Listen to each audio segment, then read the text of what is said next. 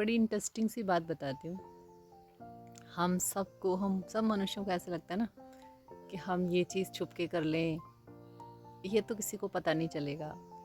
बहुत से लोग बहुत सी चीज़ों में चोरियाँ कर रहे हैं, फ़ायदा उठा रहे हैं जो नहीं उठाना चाहिए, लोगों का पैसा मार रहे हैं, लोगों की चीज़ें लूट रहे हैं चुपके से, जैसे कि राजनेता करते हैं उस तरह से।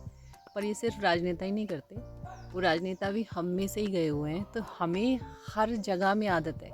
इवन जब हम मंदिर में भी जा रहे होते हैं तो फ्रूट खरीदते समय ना, जब पता है कि चढ़ाने हैं तो हम थोड़े से सस्ते वाले ढूंढते हैं। चीज़ें ले जाते हैं तो ले जाएंगे, उसमें से भी जो प्रसाद चाहिए हमें ज़्यादा चाहिए और कुछ खास विशेष चाहिए, फिर अपने लोगों के लिए चाहिए।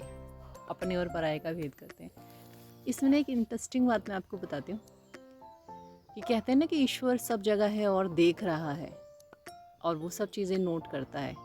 कहा जाता है कि चित्रगुप्त पूरा लेखा जोखा रखते हैं। तो चित्रगुप्त पता है क्या है?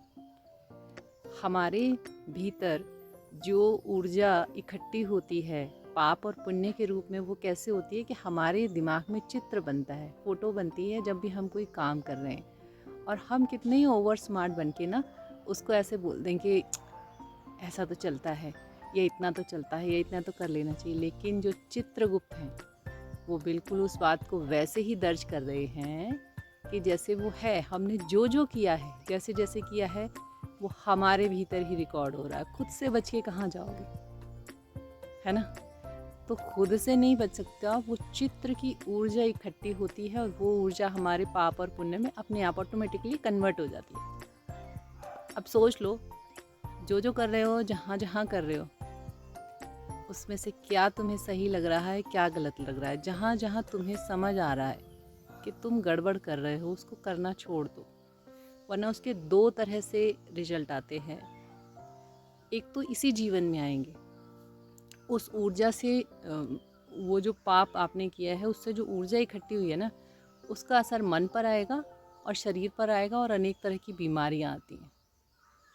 फिर वो ऊर्जा ही हमारे आसपास के माहौल पे भी असर करती है, हमारे बच्चों पे, हमारी फैमिली पे उसका असर आता है। और फिर वही ऊर्जा जब उसका ज़्यादा वो इकट्ठा कर लेते हैं स्टॉक, तो वो अगले जन्म के लिए जाती है और अगला जन्म भी बर्बाद। तो अच्छे काम करो, ईमानदार रहो। जब बिल्कुल अकेले हो ना, उस वक्त भी ईमानदार रहो और भेदभाव मत करो। क्योंकि जिस ईश्वर को तुम कह रहे हो कि सब में है, कण कण में है, वो सामने वाले इंसान में नहीं है जिसका पैसा खा रहे हो, जिसके साथ बेईमानी कर रहे हो। और फिर सोचते हो कि थोड़ी पूजा पाठ करवा दोगे, भागवत करवा दोगे, ये करवा दोगे, वो करवा दोगे, और तुम बच जाओगे। तुम्हारे चित्रगुप्त ने तो तुम्हारा सब रिकॉर्ड किया है। सोचना।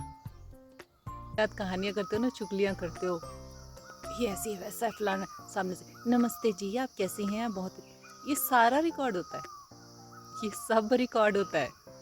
अब सोचो कि इन चित्रों से कौन सी ऊर्जा बन रही है तुम्हारे लिए। फिर क्या कहते हो, हमने तो किसी का बुरा नहीं किया, हमें क्यों ऐसे फल मिल रहे हैं। तुम रोज़ बुरा कर रहे हो अपने विचारों के द्वारा। जो चित्र बना रहे हो ना, उनसे तुम सबसे ज़्यादा अपना बुरा कर रहे हो, क्योंकि वो ऊर्जा तुम्हें नुकसान करेगी। तो जैसे हो भीतर से, वैसे ही बाहर से रहो।